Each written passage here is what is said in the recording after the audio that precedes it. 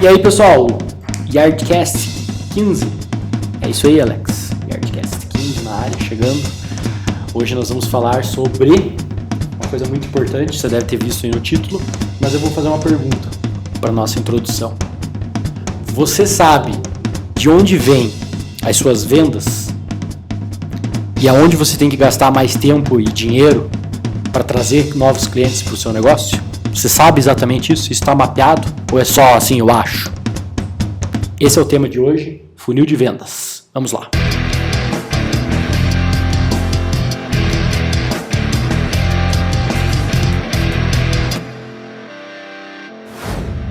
Acho que para contextualizar, fazer um cenário geral sobre funil de vendas, assim, para quem nunca ouviu falar, ou mesmo para quem já tem uma certa experiência com funil, o funil basicamente é uma ferramenta, uma metodologia para você desenhar e mapear de onde vêm os potenciais clientes para um negócio, as etapas que essa pessoa percorre antes de fechar negócio com a sua empresa, com o seu negócio, antes de contratar o teu serviço ou o teu produto, e até mesmo o pós-venda também.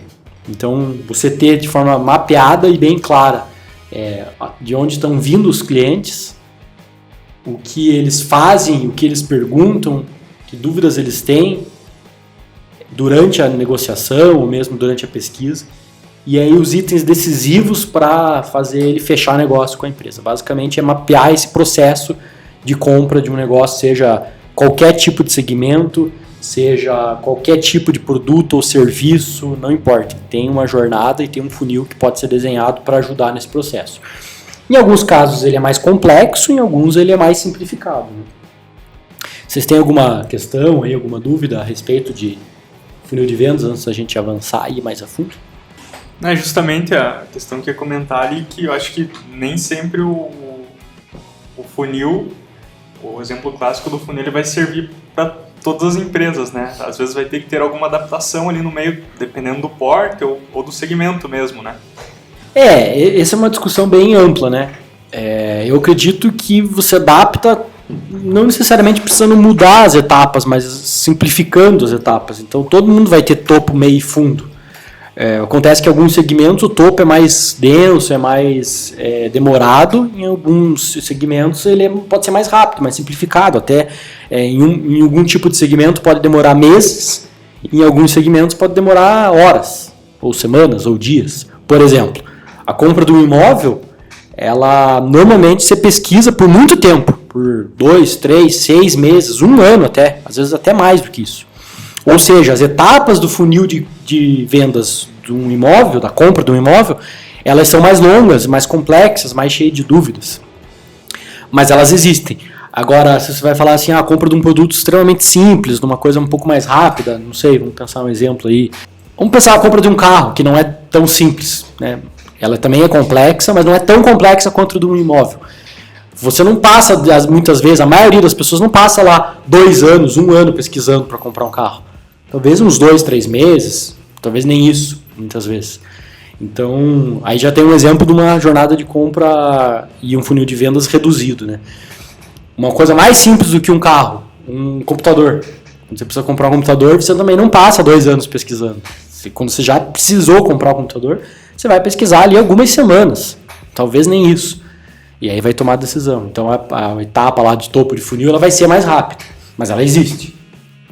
A compra de uma camiseta, talvez ela seja mais rápida ainda, vai demorar algumas horas, alguns minutos, talvez aconteça dentro da loja, né? Você está dentro da loja, você já pesquisou, já olhou, passou rapidinho e já avançou lá para as próximas etapas do funil. Então, eu acho que elas existem, mas com certeza cada negócio tem sua peculiaridade.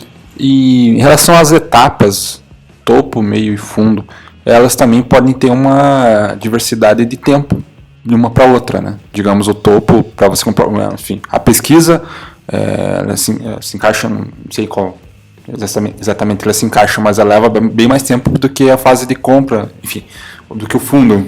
Explique melhor isso aí para mim. Isso é legal, porque dá pra gente entrar no assunto que confunde muito, que é a jornada de compra, né? Qual a diferença de funil de vendas e jornada de compra? Eles são realmente muito similares, há muitas confusões entre eles, E principalmente quem começa a estudar um pouco sobre marketing digital e vendas, tende a achar que funil de vendas é só para fazer marketing digital. E não é verdade. Funil de vendas serve para qualquer negócio. E mesmo para quem não atua de forma digital, para quem nem divulga de forma digital, é possível fazer funil de vendas. Então a primeira etapa para você construir um funil de vendas, respondendo um pouco do que você comentou, é desenhar a jornada de compra. E o que é a jornada de compra? Trocando assim de forma bem reduzida, né? A jornada de compra é tudo aquilo que o teu potencial cliente faz antes de comprar de você. O que ele faz? Ele pesquisa, ele conversa com amigos, ele joga na internet, ele vai em outros concorrentes, ele vê catálogos, ele pensa, ele discute com a família, ele discute com sócios, dependendo se você é PJ, B2B ou B2C. Ele não faz nada, ele simplesmente pensa na memória dele, lembra lá as referências que ele tem e já toma a decisão. Então, entender a jornada de compra é o primeiro passo para você construir um funil eficiente e aí pensar se vai demorar mais tempo ou menos tempo para sair da primeira etapa para a segunda, que seria topo para o meio, né? A jornada de compra ela também serve para você entender até um pouco antes do processo, antes da pessoa estar interessada em comprar um produto, né? Qual é a principal motivação, o que levou ela até aquilo, né? Então, você pega até um passo um pouco antes ali, você já não pega ela direto ali, já, quando ela já está pensando em comprar. Pega também essa etapa, né? Mas também vai um pouquinho antes disso. O exemplo que o pessoal até comenta sempre é assim, se você pesquisou para comprar uma roupa, um tênis, um sapato, e vai precisar comprar de novo um sapato dali 2 meses, provavelmente você não vai entrar mais no topo, você já vai entrar pesquisando assuntos de meio, de fundos de funil, porque você já fez isso, passou por aquilo recentemente, você está com isso fresco na tua cabeça, então você vai entrar direto nas fases finais. Mas eu não queria ficar preso à jornada de compra, porque o tema é funil de vendas. Eu queria falar de funil de vendas para quem tem negócio, que nunca nem ouviu falar em inbound marketing, nunca ouviu falar em marketing digital, já ouviu falar, mas que não faz, não aplica, para a gente falar especificamente de funil de vendas, para ver que é aplicável a qualquer tipo de negócio. E é muito importante todos os tipos de negócio terem um funil de vendas desenhado. Se você faz inbound marketing ou marketing digital, ele ajuda muito, quer dizer, ele é essencial. Mas se você não faz, você pode estruturar um funil também, né? Então, depois de você mapear e entender a jornada de compra, que é como que o teu cliente se comporta antes, que foi o que o Eco falou, durante e depois da compra, você vai definir as etapas. Normalmente, topo, meio e fundo. Topo, meio e fundo. Pense em um funil, ele chama funil justamente porque ele tem um formato de funil. O topo é maior, o meio é médio e o fundo é mais fino. Sai poucas pessoas de lá. Então, num funil normal, ele entra lá 1.000 pessoas no topo, dessas 1.000, 500 passam para o meio, dessas 500, 100 passam para o fundo e dessas 100, 50 fecham venda. Esses números são aleatórios, estou chutando aqui, né? Esses números podem ser completamente diferentes de acordo com o segmento. Vamos colocar um exemplo prático para ajudar a entender. Como que funciona a venda, por exemplo, de uma loja de produtos naturais? Uma loja que funciona dentro de uma rua movimentada de uma cidade, uma loja que vende produtos naturais. Tem várias pessoas que estão ali passando pela frente, algumas podem chegar e dar uma olhada no produto, ou já tinha, né, tem interesse em algum, vai dar uma olhada no preço. Algumas compram e algumas não compram. Legal, esse é um primeiro insight bacana. Algumas pessoas que estavam passando na frente. Aí você começa a mapear a jornada de compra e colocando no teu topo de funil. Estão passando na frente é uma fonte de aquisição de clientes topo de funil. A outra, o Eco até falou, você falou, já estavam pesquisando. Já tinha interesse, tinha alguém recomendou, já tinha pesquisado. Opa, já colocou duas em uma. Estavam passando pela frente, indicação que alguém recomendou, e já tinham pesquisado, talvez no Google. Que mais? Tem alguma outra ideia aí, vocês? Pode ser um próprio cartaz na frente da loja, algo assim. Essa talvez entre junto ali com os que estavam passando, né? Mas Anúncios diversos, vamos dizer publicidade, de modo geral, publicidade em rádio, panfleto. Mais algum? Vamos simplificar aqui para entender. Então, uma loja de rua ela pode adquirir clientes que são topo de funil, que é todo mundo que entra na loja ou liga. Internet, seja com Google, rede social, publicidade tradicional, entre os cartaz, indicação, alguma pessoa comprou lá e falou bem, e falou, vai lá naquilo lá, que é bom, ou lá eu comprei tal produto, ou quem estava passando na frente. Que aí, isso para algumas lojas, para alguns segmentos, é extremamente relevante, o passando na frente, né? As lojas da Cacau Show, por exemplo, elas exigem, um dos pontos de exigência para abrir uma nova loja Cacau Show é que tenha fluxo de pedestres intenso na frente da loja. Isso pouca gente para pensar, porque eles sabem que eles vendem muita trufa, e aí a pessoa está passando na frente, vai a trufa e entra para comprar. A venda lá de ovo de Páscoa, presente de final de ano, ela já acontece naturalmente. O que eles precisam fazer é a loja sobreviver ao longo do ano, e para isso eles têm que vender trufa e cafezinho. Então para isso tem que ter muito fluxo de pedestre passando já naturalmente naquela rua, né? O que inclusive é uma das bases do marketing também. Se você vai estudar marketing, a teoria do marketing, isso é uma a praça, o ponto da praça, né? O ponto de distribuição do produto, ele é uma dos pilares para qualquer negócio. E esse exemplo da Cacau Show foi perfeito porque eu conheço pessoas que passam na frente e compram justamente trufas. Eu mesmo faço isso. Eu não tô planejando comprar chocolate, às vezes eu passo lá e pego umas porque eu vejo lá de morango bonitinha lá que tá. Eu compro a moranguete, que é mais em conta. Mas eu tenho uma dúvida em relação assim, para categorizar um cara de topo, ele tem necessariamente que ter já um contato com a empresa, porque ele, digamos assim, no teu exemplo lá da loja de produtos naturais lá. Se eu tô me achando, sei lá, eu quero emagrecer, quero um milkshake lá.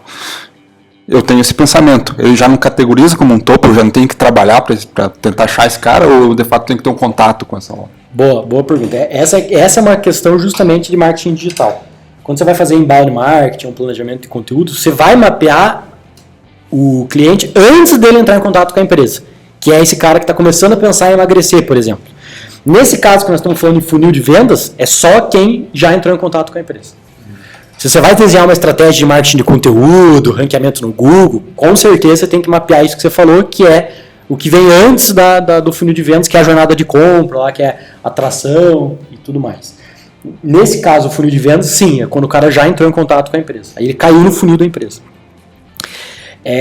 Ou seja, então, para a gente avançar lá na lojinha de material de produtos naturais, topo de funil, todo mundo que entrou na loja, entrou em contato com a loja, seja por telefone ou foi na loja, com diversas fontes de aquisição. Aí o que seria o mundo ideal? Você mapear desses que entraram, vamos dizer que naquela semana entraram 100 pessoas na loja.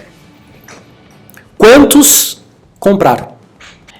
Nesse caso, o funil é muito mais simplificado, porque é topo, meio já entrou e fundo comprou. Né? Desses 100, vamos dizer que 50 compraram. O que o dono dessa empresa, o gestor de marketing dessa empresa deveria analisar ou pensar?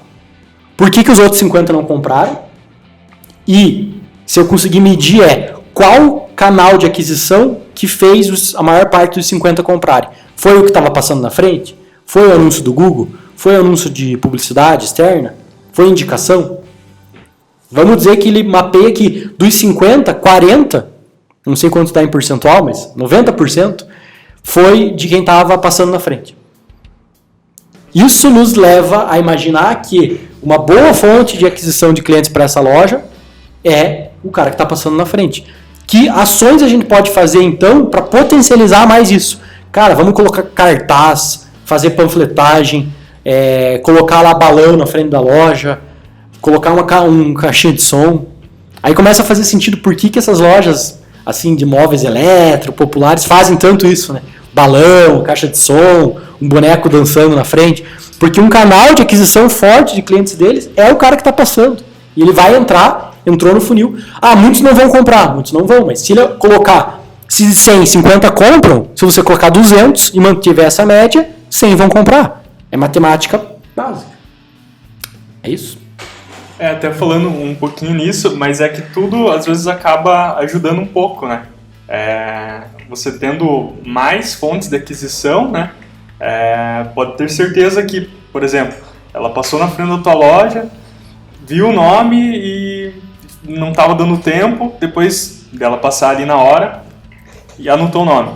Provavelmente ela, sei lá, pesquisou no Google para saber mais, ver se tinha algum produto ou alguma coisa assim. Então, até a gente entra na questão de modelo de atribuição, né? De mapear essa compra. Então, cada fonte de tráfego ali e pesquisa acaba ajudando nessa conversão final, né?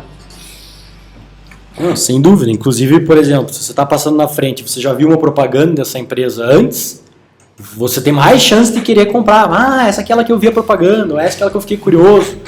E se alguém recomendou ela, mais ainda, né? Você já viu a propaganda, você está passando na frente e alguém já comentou com ela, falou que comprou um produto e recomendou, falou que é bom, né? Então, tudo isso vai agregando. Não, com certeza. E aí o que você pode fazer? Então na primeira etapa, no primeiro momento ali que você vai mapear a jornada, tentar entender o que essa pessoa faz, da onde vêm esses clientes. No segundo momento, tentar mapear que dúvidas a pessoa tem, quais as principais objeções à venda. As 50 que você perdeu, por que você perdeu? A pessoa falou que estava caro, não tinha o produto que ela queria. E aí você desenhar um processo ideal e treinar a tua equipe para isso. Então quando o cliente chega lá já falando assim, mas está muito caro, a tua equipe de vendas já sabe que ele vai falar isso, com grandes chances, e já sabe a resposta. Já está treinado para responder. Não é assim, deixa vir na cabeça na hora, lá você responde o que vier. Não, treina para responder exatamente sempre a mesma coisa. Né? Ou senão, não que nem um robô, mas assim, já que vai sanar a dúvida daquele cliente que está lá e aumentar a taxa de 100 que entram, 50 compram, para 100 que entram, 60 compram. Pô, que bom. Você aumentou a taxa só pelo simples fato de já mapear que a pessoa vai chegar com aquela dúvida e você já contornou aquilo antes dela pegar e sair fora falando que não vou comprar porque é caro ou porque é azul e eu queria vermelho, sei lá. Qualquer coisa que seja do teu negócio. Né? E aí você define, num terceiro momento, os chamados milestones, ou seriam checkpoints, ou pontos que vão definir se o cliente avançou ou não na jornada. Esse exemplo da lojinha de produtos naturais é muito simples. Ele entrou, é um checkpoint. Ele comprou, é outro checkpoint. Ou ele entrou, é um checkpoint, ele parou para falar com o vendedor, é um segundo, e ele comprou, é um terceiro. Pode ser, se você quiser deixar um pouco mais complexo. Mas vamos deixar um exemplo um pouco mais complexo, como a venda de carro, por exemplo, que eu falei. Que a decisão de compra muitas vezes não é tomada na primeira visita. A primeira etapa ali é muito similar às fontes de aquisição. O cliente vai ter que ir até a loja. Ninguém compra carro online ainda. Né? Como que os clientes podem ir até a loja? Tá passando na frente, ter visto uma propaganda na TV e ter ido lá, indicação, pesquisou no Google, não importa, tem várias fontes, beleza? Isso é todos os clientes que entraram então em contato com a empresa topo de funil. Um segundo milestone que poderia ser colocado é o cliente que faz o test drive, por exemplo. Fez o test drive é porque ele demonstrou um interesse maior ainda. Opa, legal, então é uma etapa importante. Se for importante para aquele carro, se a experiência do cara sentir o carro andando é importante para o processo de compra, porque ele vai falar assim, de repente faz parte lá das dúvidas dele, eu tenho aqui uma questão que eu acho que o motor é fraco. Então fazendo o test drive, ele vai tirar essa dúvida. Cara, o que você faz? O cliente entrou na loja, você já fala a primeira coisa. Vamos fazer um test drive? Você já vai medir a temperatura dele lá. Mas dá muito trabalho, gasta muito gasolina. Se você tiver mapeado isso e souber que isso vai aumentar a tua venda, não é caro. Aí fica barato. É caro se você faz aleatório. Faça lá, de vez em quando eu faço. Se o cliente pede, eu faço test drive. Se ele não pede, eu não faço. E das vezes que eu já fui visitar a concessionária, eu vi que não tem processo, não tem padrão nenhum. É meio na loucona mesmo ali. Se você pede, às vezes até o vendedor faz meio cara feia, tem preguiça. Não é um negócio desenhado, assim, todo mundo vai ser conduzido para o test drive. Ou até, beleza, eu não decidi que eu não vou fazer o test drive. Esse não é um processo importante para mim. Pode acontecer o test drive, mas não é o foco. Então você pode definir o teu checkpoint da venda de carro, simulação de financiamento. Ou avaliação do carro usado para troca. Se acontece essa etapa, avança no funil. Quer dizer, os clientes que fazem a avaliação já estão no meio do funil. E aí o fundo de funil é o cara que efetivamente fez a proposta, enfim, fechou o negócio, né? Avançou na negociação. Então, na concessionária de carro, entrou todo mundo, topo, fez simulação ou test drive meio, fechou o negócio, fundo. Você cria checkpoints. Normalmente o cliente que vai fazer a simulação, ele vai embora para pensar.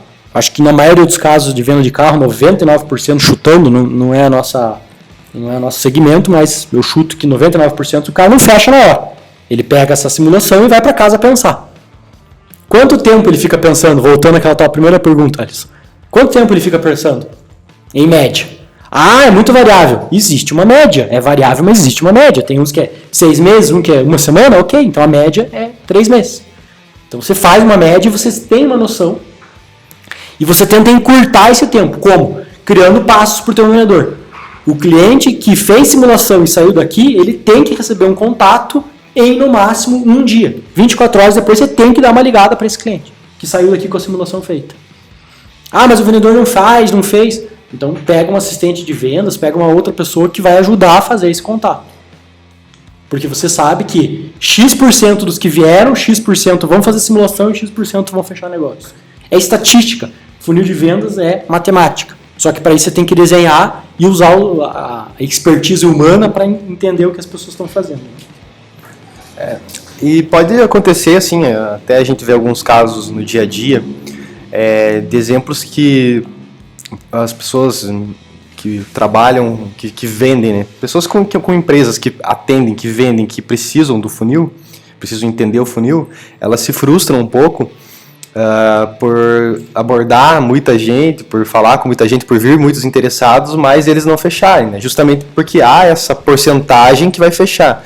Então, é preciso realmente entender que é um funil. Se é um funil, ele vai afunilar. Você não vai conseguir vender para todo mundo que entra em contato, né?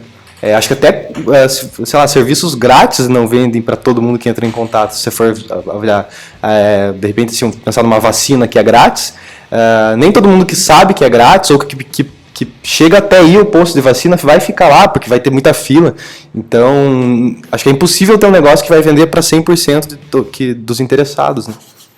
Mas pode acontecer também de você ter um problema interno, né? Digamos. Também. Você pode até ter estruturado o funil. Qual que é o procedimento, no caso? Você tem um funil estruturado, mas as oportunidades acabam, enfim, saindo. Daí já é um problema interno, imagino, né? Se você tem um funil estruturado, você consegue achar o problema. Muito mais fácil, justamente porque, por exemplo, você estruturou o funil, está rodando já, você sabe que o percentual de conversão de topo para meio é na faixa de 50%, por exemplo, você mede isso é fazer gestão de vendas. Caiu para 30%, de uma hora para outra. Você vai investigar por que caiu. E aí descobre lá que o vendedor faltou, que tinha 5, está indo só 4. Descobre que um está atendendo mal porque ficou insatisfeito com alguma coisa. Qualquer problema, sei lá. Aí você vai conseguir entender e investigar mais a fundo porque você está medindo. Agora, se você não sabe qual é o percentual padrão de topo para meio, é tudo aleatório, né? Você nem sabe medir isso. Dá até para puxar do exemplo que você falou de quando você percebe que muitas pessoas que estão passando na rua, que são as que estão comprando, de repente, se você até cria ações para mais pessoas pararem, isso também pode acabar prejudicando o funil no sentido de que muitas pessoas que vão parar, de repente, você vai colocar um carrinho de pipoca na frente de uma loja lá, né, para fazer as pessoas pararem e dar atenção para a loja. Mas pode ser que muitas pessoas que começam a parar por causa da pipoca não são qualificados e não vão ter interesse para comprar. Aí vai diminuir a porcentagem do funil, né? Então, a partir disso dá para você perceber também quais ações são eficazes ou não. Perfeito. E esses checkpoints eles podem ser automáticos ou manuais. Então, se você tiver softwares de gestão de vendas, como o CRM, por exemplo, que é um software de gerenciamento de vendas, esses checkpoints podem ser automáticos, né? Então, a partir do momento que foi feita a simulação, já avançou na etapa do funil para meio de funil, por exemplo. E talvez você que esteja de outro segmento, esteja pensando, mas eu não tenho uma loja, eu não sou um varejista, como funciona o funil de vendas, né? Acho que vale a gente falar que funciona da mesma forma. Vamos pensar a venda de um software, por exemplo, que não é uma loja, ninguém bate lá para visitar a loja, não tem gente passando na frente. Como que é a aquisição de de topo de funil de um software. Indicação é sempre válido. Aí site, telefone, anúncios, Google. Você vê que você tira o cara que está passando e os outros são praticamente todos iguais. Normalmente software, topo de funil, a pessoa entra em contato. Primeiro contato, quero saber mais, quero um orçamento, quero uma proposta. E normalmente, e-mail, você agenda uma demonstração desse software. Vamos agendar uma demonstração grátis para você ver ele funcionando? E aí que entram ferramentas que você pode fazer essa demonstração automática, virtual. A pessoa se inscreve para assistir um vídeo já que está pronto, para assistir a demonstração. É possível se automatizar. É lógico que não fica tão eficiente, mas sim. A etapa de meio de funil pode ser automatizada via demonstração. E fundo é quem fez a proposta, ou pediu um orçamento final, ou fechou o negócio. Então você faz diversas ações e coloca lá 100 pessoas, sem o número mágico, né? O número mágico do exemplo. 100 pessoas pediram informações do software. 80 se inscreveram para assistir a demonstração grátis. E 20 fecharam o negócio. Você está feito o funil. 100, 80, 20. E na loja da rua? 100 passaram, 50 compraram. Na concessionária, 100 entraram, 30 fizeram test drive ou simulação e 5 fecharam. Então, esses números logo, estou chutando, mas para vocês terem uma ideia de que não vai ser 100 para 100, como o Eco falou, e cada segmento tem sua taxa. Para comprar um carro é muito mais caro, é muito mais complexo. Então, sim, a conversão tende a ser menor naturalmente. Então, faz parte da profissão vendedor, da profissão de vendas, atender muitos para fechar com alguns, não vai fechar para todo mundo. Lógico que você pode mapear isso e fazer ações para tentar melhorar esse status, esse ranking, lógico, sim. Essa deve ser uma busca sempre de todas as ações de marketing e vendas da empresa. Mas é natural que não vai ser 100 para 100, né? E aí, galera, mais alguma questão? Eu acho que vale só uma menção honrosa ao funil invertido aí, que tem sido comentado aí nos 2 últimos anos, que eu tenho visto mais, que é você também pensar no pós-venda, né? Que é o relacionamento com o cliente, né? Então, por exemplo, na lojinha lá de produtos naturais, o cara foi lá e comprou, sei lá, um potinho de castanhas, né? Você justamente pode pegar o e-mail dele e de repente oferecer mais promoções para ele, manter um contato, um relacionamento, né? Então, você acabar de repente trazendo um encantamento de alguma outra forma com esse cliente, oferecendo cupom de desconto, entre outras ações, e poder vender mais para ele, né? Não só, e também gera mais indicações, que foi um dos primeiros, né, fatores que a gente falou que gera vendas, né? Então, você gera o encantamento, a fidelização e indicações, né? E falando em termos de mídia, né, dando um toquezinho aí de mídia, pouca gente sabe, mas, por exemplo, com o e-mail das pessoas, você consegue encontrar o perfil delas no Instagram e no Facebook e fazer anúncios mostrando especificamente para essas pessoas. Você tem lá uma lista de 300 clientes da tua loja ou da tua empresa, você consegue achar essas pessoas lá no Instagram e no Facebook com um anúncio e mostrar para elas. Muito mais eficiente do que ficar buscando alcance orgânico em rede social muitas vezes, né? Que é mais demorado, complexo e por aí vai. Bom, para fechar, acho que as grandes vantagens aí de funil de vendas é que você pode gerar previsibilidade. Se você sabe que o mais eficiente é Google, você investe mais em Google, aumenta o número de pessoas de topo e, consequentemente, você vai aumentar a MEI e vai aumentar as suas vendas. Se você está com as etapas bem treinadas, o processo bem feito, vai aumentar vendas, ponto. Pode não ser na mesma taxa, mas você vai aumentar. Você tem previsibilidade. E o segundo é que você atua, investe no que dá retorno e faz uma gestão eficiente. Sabe corrigir falhas e defeitos do processo de forma mais rápida, se você entende de onde vêm essas vendas, ou cria mecanismos para acelerar, aprimorar e aumentar a aquisição de clientes topo de funil no teu funil de vendas tradicional. É isso aí. Faça funil de vendas e venda mais.